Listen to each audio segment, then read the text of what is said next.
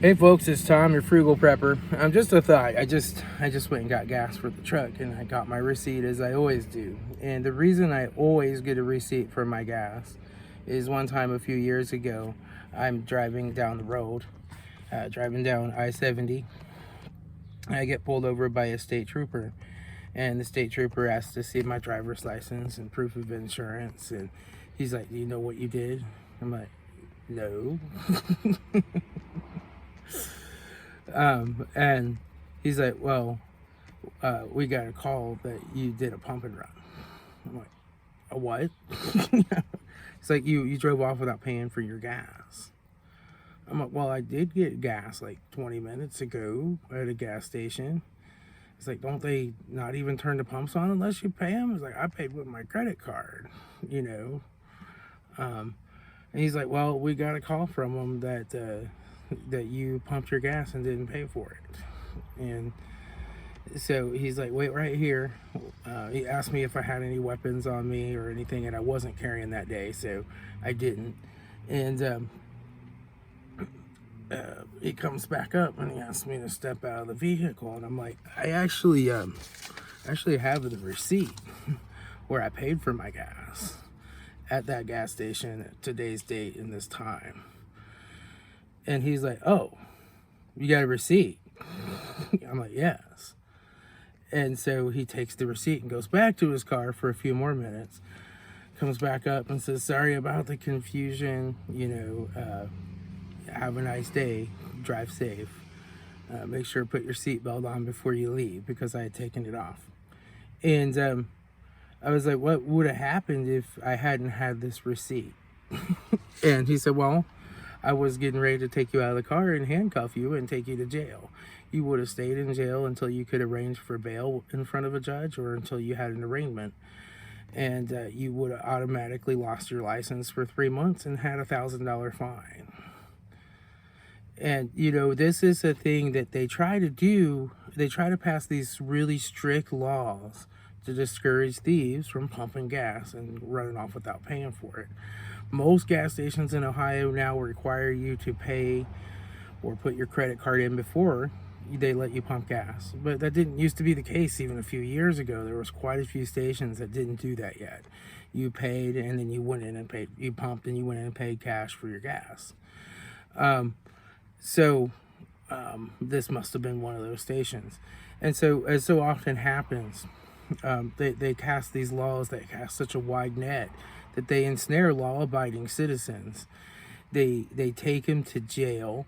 They hold them till they have a bail hearing or an arraignment. They have to get a lawyer. They have to fight this stuff. And they just didn't hit yes to receipt, and they paid for their gas. And eventually they'll be able to get their credit card statement or pull the video from the gas station, subpoena that, and probably prove their case in court.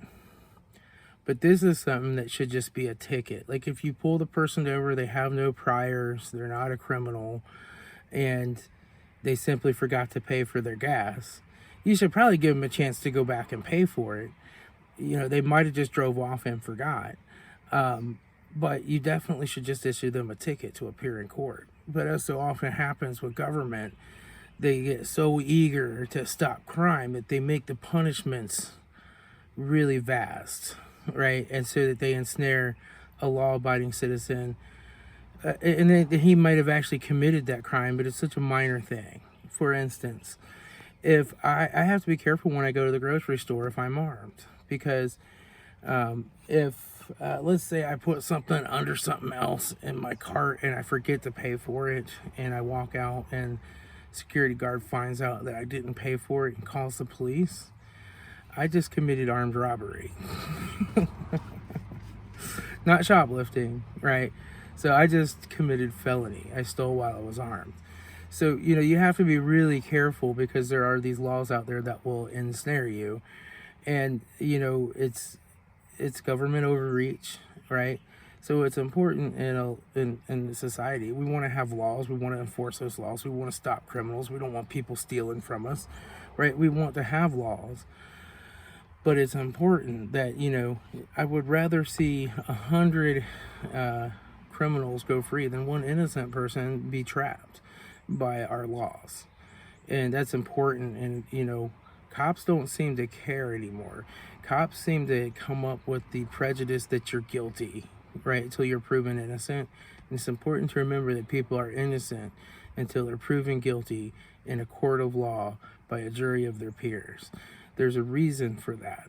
When you go to court, it's not your job to prove that you're innocent. It's the court's job. It's the state's job to prove that you're guilty. You're already presumed to be innocent. And that's something that we kind of gotten away from lately, I really feel. So it's just something that you can do to protect yourself. Always get a receipt when you get your gas, right? Get a receipt for every single thing. I did a live stream a while ago about the Grand Theft Chicken at Carowinds. Oh man, you know, they like had people over there, they had security guards around and everything else, and it was because my card got declined, and I don't know why. I think I was spending money out of state, and they just kind of like, oh, it's strange activity, and they had tried to call me and I missed the call, and so they shut the card down.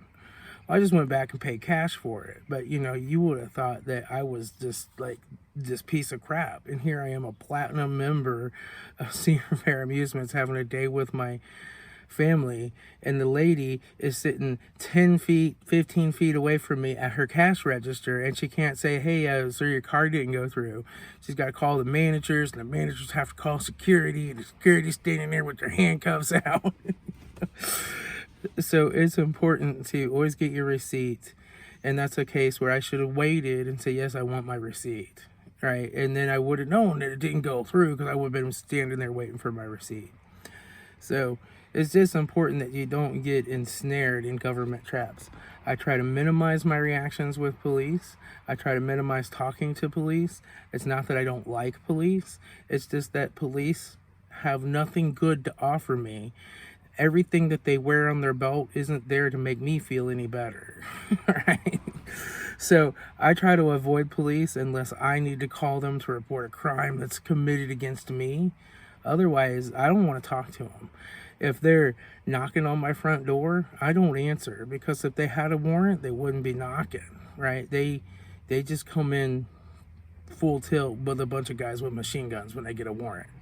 You know, it's not like the movies where they're like, oh, we have a search warrant. Oh, can I see that? I have a right to read it. No, they're putting you down on your face with a machine gun jammed in your back, right? And it doesn't matter how mild the crime is that they have a search warrant for. They're doing it to dehumanize you, to humiliate you, to perp walk you around in front of your neighbors, to hopefully make you talk about what they think that you did. Anyway, I'll talk to y'all later. It's Tom, your frugal prepper.